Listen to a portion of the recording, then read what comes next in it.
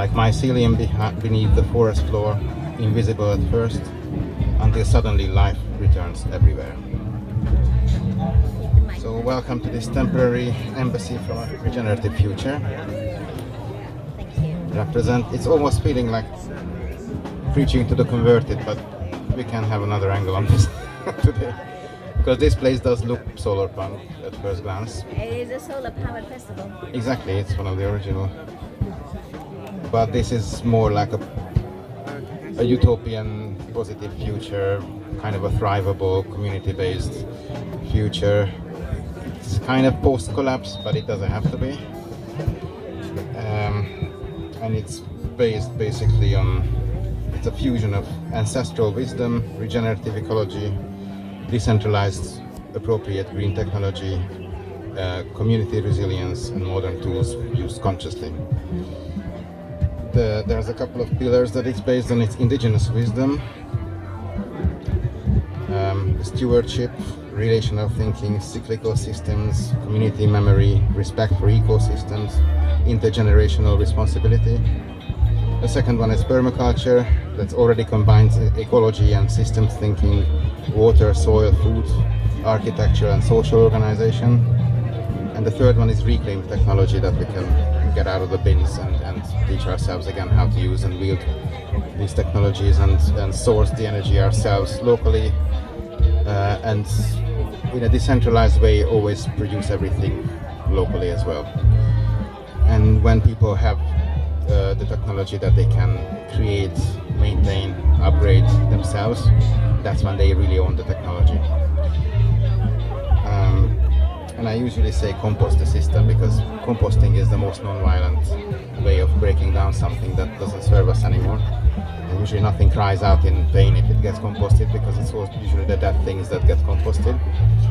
And the same thing I think about this system that we have, that's not good to throw the baby out with the bathwater, but it's good to break down all the stuff that we do need and then take it to the places where they're going to be used. And if the mushroom mycelium can do that, both information and physical and chemical stuff can go around in a network and get to the places where it's needed. Us humans have to be able to do it as well. And even if we can't transform the whole world, we can still start in our communities, and then whatever happens, if it comes together in the end, it does, but if not, then people can still start again, if they do have the means and the seeds for their world. So there are three pathways I've been looking at. One is regenerative transition, which is preferred, consciously transforming systems, energy, food, economy, housing, culture, technology, before any severe breakdown of this current system occurs. The second one is adaptive resilience. So systems keep on destabilizing even though we're trying to turn it the other way.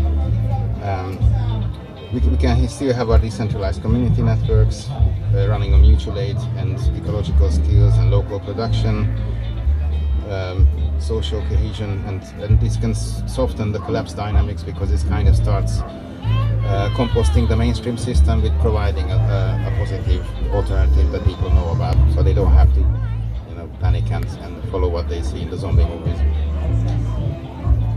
And the third one is a post-collapse thrivability option if it really goes to shit.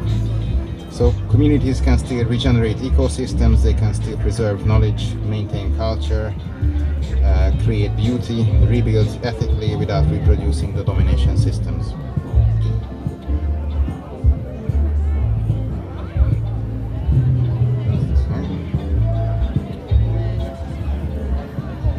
And I think I'm gonna transition over to the indigenous wisdom, and I mean, in Europe and in the West we can tap back into our ancestral knowledge, but it's really hard because it's been too long and we've been reconditioned for so long that we can't really tap properly into it without the help of indigenous people who are still living exactly what they used to before.